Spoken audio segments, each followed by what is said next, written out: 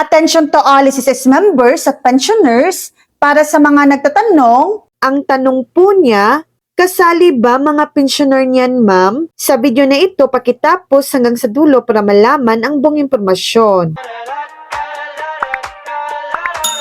Kasali ba ang mga SSS pensioners sa Uplift Cash Aid? Sa kasalukuyang ipinalabas na mga patakaran, hindi kasama ang SSS pensioners batay lamang sa pagiging pensioner nila. Ang Uplift Cash Aid na ipinapadaan sa SSS ay nakalaan sa kwalipikadong low-income SSS members na tumutugon sa mga itinakdang pamantayan, kabilang ang may mababang monthly salary credit hanggang sa itinakdang limit, may kinakailangang SSS contributions kasama sa 2024 Community-Based Monitoring System or CBMS at may nakarehestrong SSS disbursement account sa itinakdang PETSA. Samantala, ang mga SSS pensioners ay may hiwalay na benepisyo gaya ng pension increase at hindi sila otomatikong benepisyaryo ng Uplift Cash Aid.